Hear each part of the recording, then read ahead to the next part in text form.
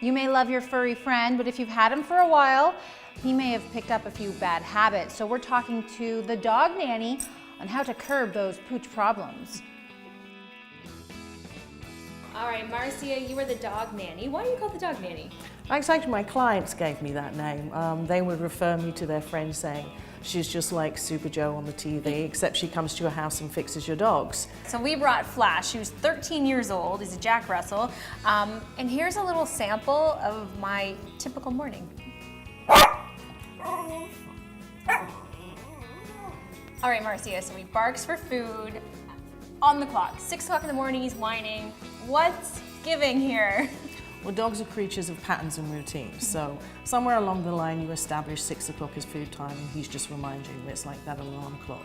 You can break him of developing those patterns and habits if you don't stick to a rigid schedule. So we actually set up some of those problems by the schedule that we set them on. So you're saying this is my problem? This is my fault? Well, yeah, it's never the dog's fault. Okay, so I have to stop blaming him for this. So how do you fix me then? Well, what it do is get you to understand how dogs communicate. That's first and foremost. So realizing that a lot of things that we do as human beings gives the opposite message to the dog. So understanding that canine communication so that you can communicate clearly when something's inappropriate, when something is appropriate. If he's bugging you for food, you should have him trained to the level and work to that respect there that you can go, all right, enough, and then he'll patiently shut up, basically, and wait until you're ready. But your go-to for any behavioral issue that you don't like, the best thing to do is completely ignore them. Don't look at them, don't speak to them, don't touch them. And how long will it take for this to fix? Nasty side about behavior modification is I generally tell people however long they've exhibited the behavior is how long it will take to expunge it. He's 13. So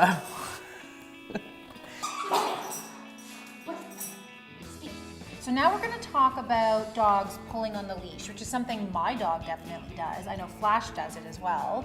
It's a very common problem, the leash pulling, with most dogs. So the main thing about teaching a dog to walk nicely on a leash is first and foremost the position of the collar. We want it really right up at the top of the neck so we don't get all that coughing, gagging, choking that they tend to do.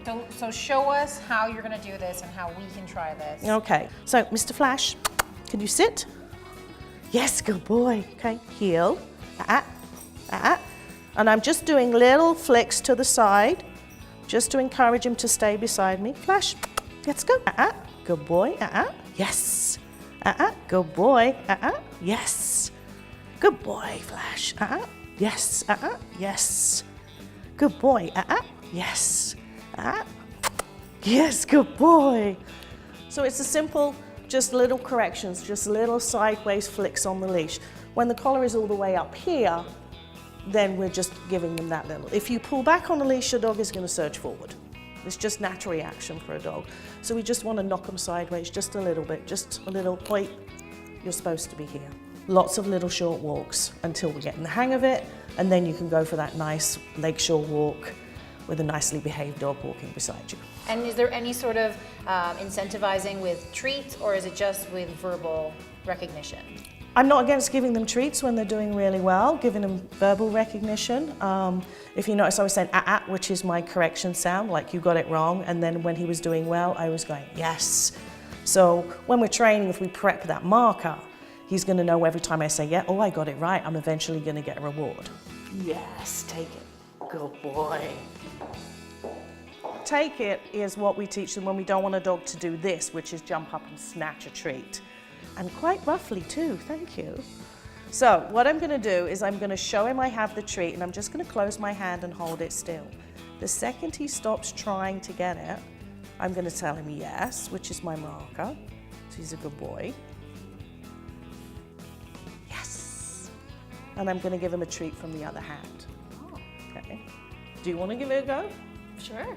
So one's gonna go behind your back, that's the reward treat. One you're gonna show him. Just keep your hand nice and still. Oh.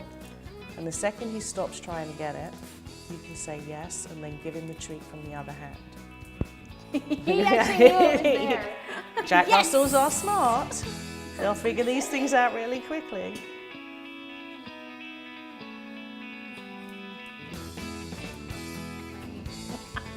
Yes. So that's totally appropriate, what you just did. Yeah. Okay. So when you do give them from that hand, you're always going to say take it. Oh, take it. Right, because that take it means you can take it from my hand. So what about dogs listening to one owner more than another? Well, dogs are actually like children. They figure out who they can get away with.